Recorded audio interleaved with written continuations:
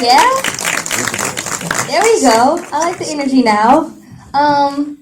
So how you doing, Tevin? Shoot, What'd you think? Is this your first time actually seeing on big screen like this? Yeah, I think it's just like, Camille will attest to this. I just think, it's hard watching every episode multiple times because it's hard to watch. You know what I mean? So it's like, I try to tell people, they're like, well, how's the season? And I'm like, it's not like the last season, because I feel like last season was, it was real high energy. It was a lot of dancing. It was a lot of fun. It was a lot of games. The hardest thing was probably dealing with Z-Way's injury, but, off the rip, one of their best friends gets killed in a car accident. Second episode with Coach Dre explaining that, being realistic that a black man has, we live in a one-strike world. You know what I mean? So every episode is hard like that. So it's a little dark. You feel me? So, but it's hard to watch, because it's like, dang, I was talking to D-Lo, he was like, man, pulling at my heartstrings. So it's hard to watch, so hopefully it was captivating, for everybody in here, and, it kept people's interest, but yeah, I feel good, Yeah. Okay, for everyone who doesn't know about Tevin, I'll tell you a little bit about him, a little bit about his background.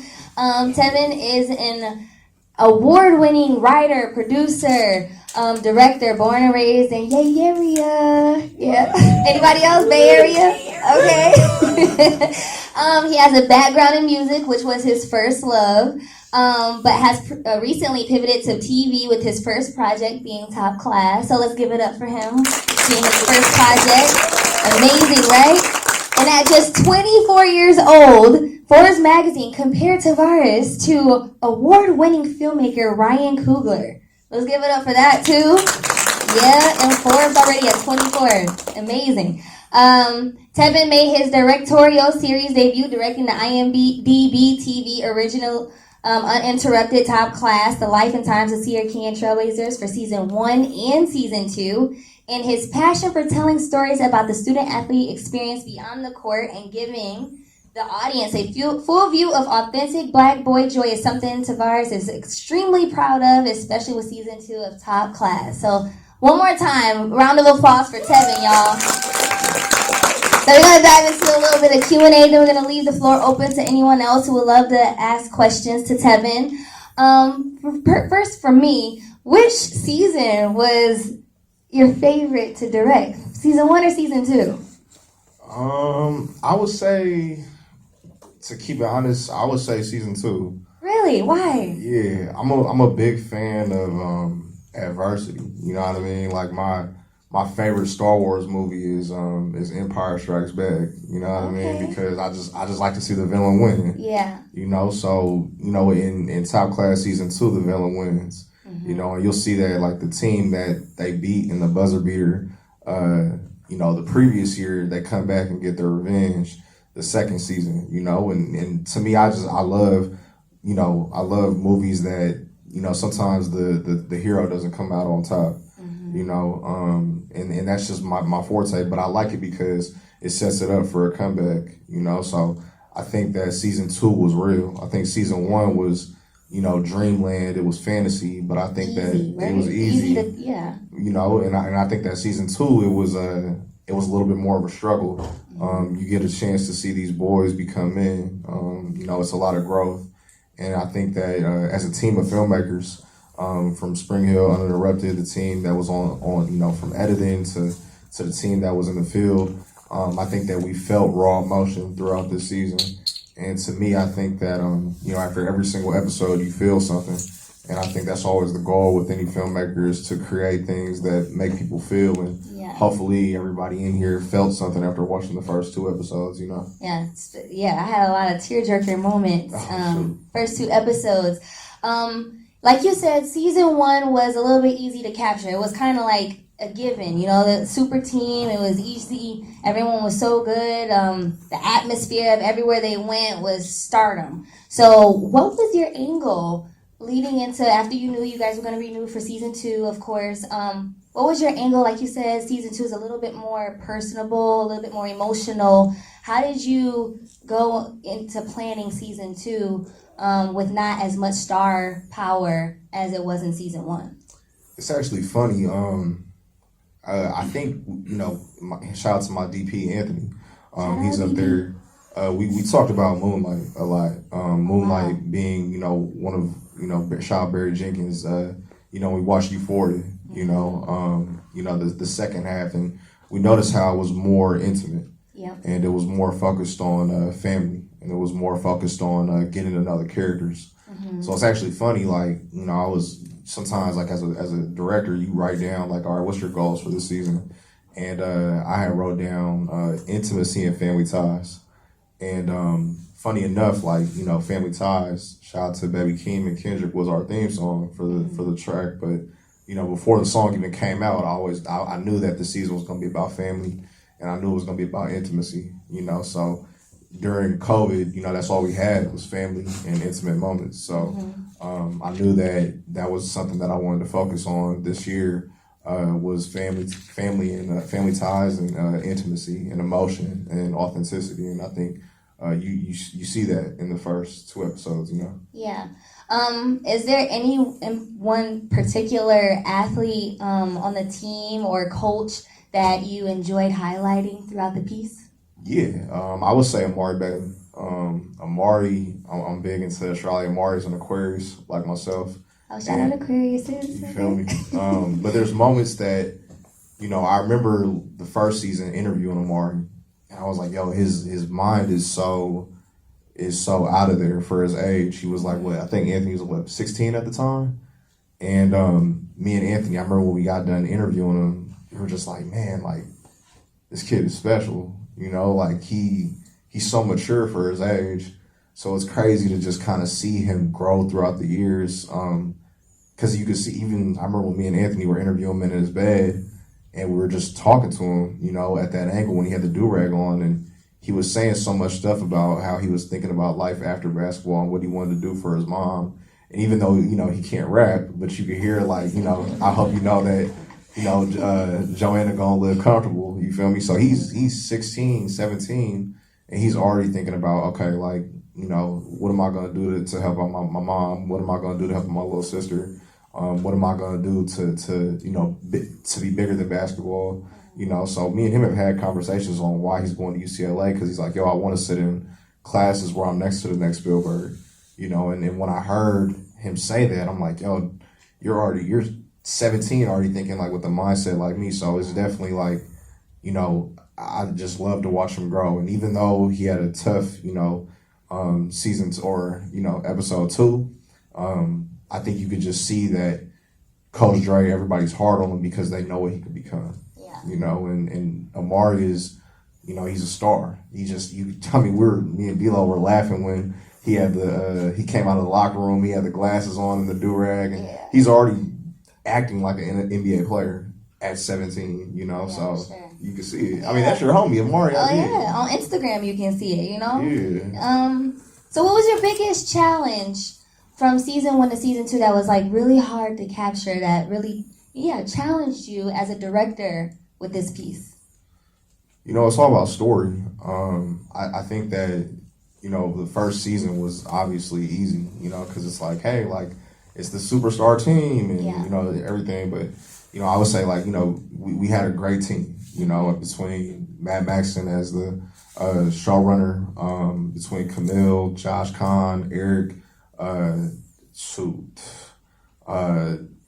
whole SpringHill Uninterrupted team. We had story editors, so we had people that were literally tracking every single thing that was going on, because in season 2 it was more so about story. Mm-hmm. I think season 1 was about this fairy tale, but season 2 had to be about story. So, we had an amazing group of story editors. We had an amazing group of producers. We had an amazing team as a whole where we took track of every single story and we organized everything. So these episodes came out clean and neat, and we built the best possible story that we could tell. Okay.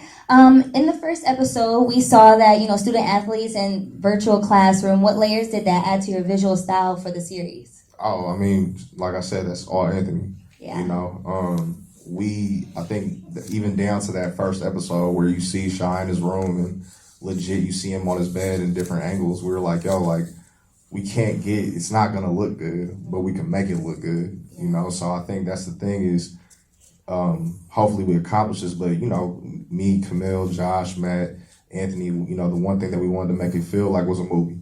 You know, and to me, it's like I hate watching documentaries and they feel like docs, but you know, I want people to have the best viewing experience. So Anthony did a phenomenal job, and to me, you know, we made even COVID and mask and all that. I think it still feels like a movie, even down to the color. You know. Yeah, empowerment is at the center of everything that SpringHill Company does. How do you feel that this series does that, using the uninterrupted umbrella that speaks directly to the athletes?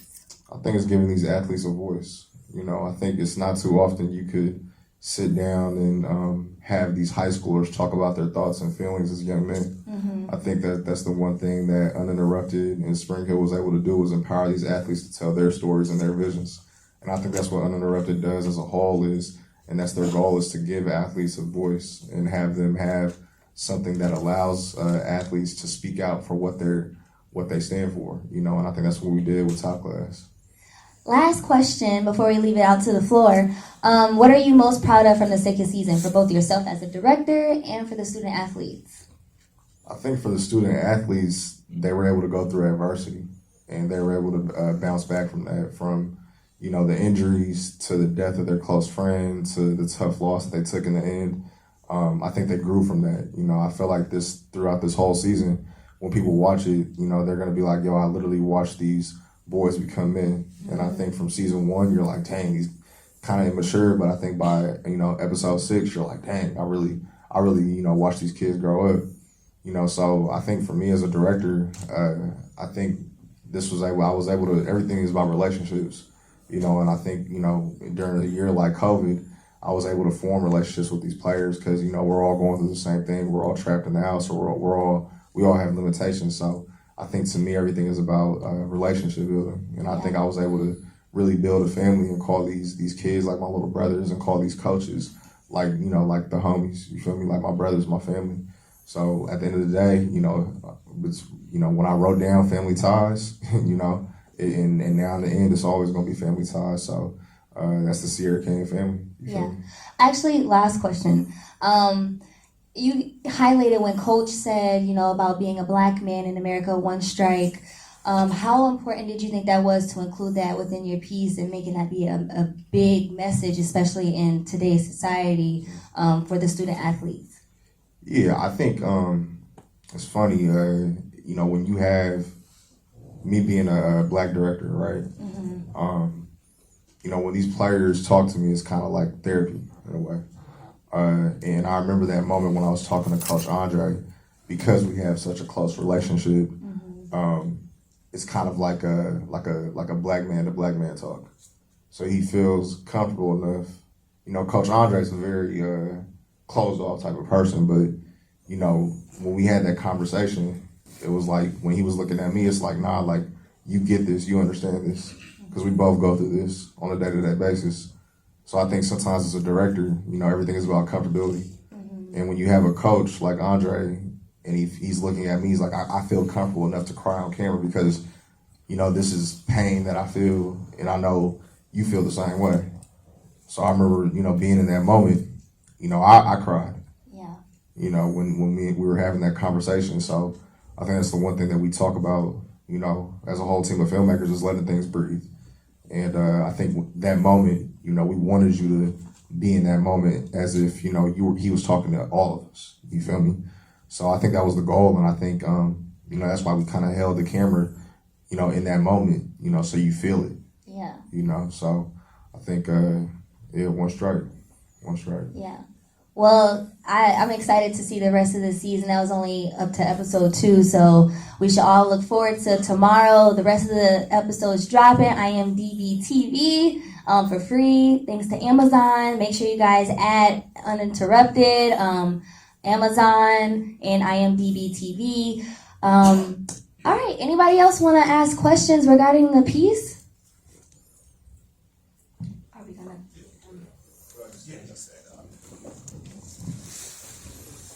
First of all, congratulations, Tevin. You did a great job. Appreciate it, bro. Quick question to what you just said about Black Man and Black Man. You're also very young, and the players are obviously teenagers. So how did you also, being young, being able to relate to them, actually enhance your ability to tell this story, or be able to shape the narrative in a way that only you can, because you're also young at the same time? Man, I think that, you want the series to feel like them, you want the youthful energy to come out on screen. And I think that, sometimes I look at these kids, not as kids, but as like my little brothers, and I just did an interview, the other day, and I was saying that, I want these kids to look, as best on camera. So when their kids are looking back at this, they're like, dang, like my dad was a well-spoken individual. He had an opinion. He had an opinion, and he know what he wanted at 16, 17 years old. And I think that's the thing that I wanted to showcase through this is, when use this as a timepiece, and I don't want to let these kids look bad. I want these kids to look back at these moments and look back like, dang, like for being 15 years old, I had it planned out.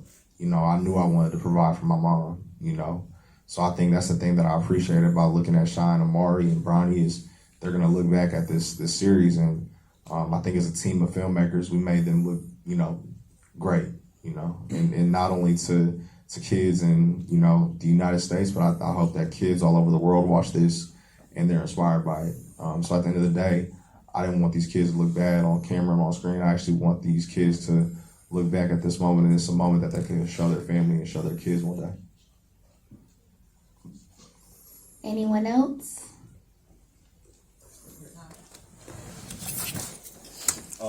Great job on the second season. It was awesome. The episodes were super riveting. My question is, Coach Andre talked about the culture at Sierra Canyon. We kind of see how intense that practice was with Amari. So can you kind of just shed light on how actually are the practices? How is the basketball culture? You guys were like in the trenches in the field with them. Yeah, man. That's the Hungry Rock. He's kind of famous, you feel me? But no, I mean, Sierra Canyon, like Coach Andre, I don't know how familiar you guys with Mater Dei and De La Salle, but these are prominent high school programs in California that have a tradition. And, they have coaches that have probably been there for 30 years, 25 years, and they built a culture that they stand by. And with Coach Andre, he's been at Sierra Canyon, I want to say probably, going on maybe 6 years. And they've created a winner's mentality, and they're very on point with everything between the time that they set, between their games, between their routines, between film, and you can tell that he's building a program, he's building a powerhouse. So it's going to be a powerhouse before Bronny James, it's going to be a powerhouse while Bronny James is there, and it's going to be a powerhouse after Bronny James. So I think that Sierra Canyon is going to be known, or he's building that where it's going to be known through and through. Even when there's no more top class, Sierra Canyon will still be known as a powerhouse school, So I think that he is very detail-oriented, and he knows that, at the end of the day, he wants to build a legacy, and he wants to build a legacy with these kids. So their biggest motto is linked by legacy. And I think that Andre, with his hard work and his dedication, he's building a legacy at Sierra Canyon where they are going to be a powerhouse in California, not only California, but the world for years to come.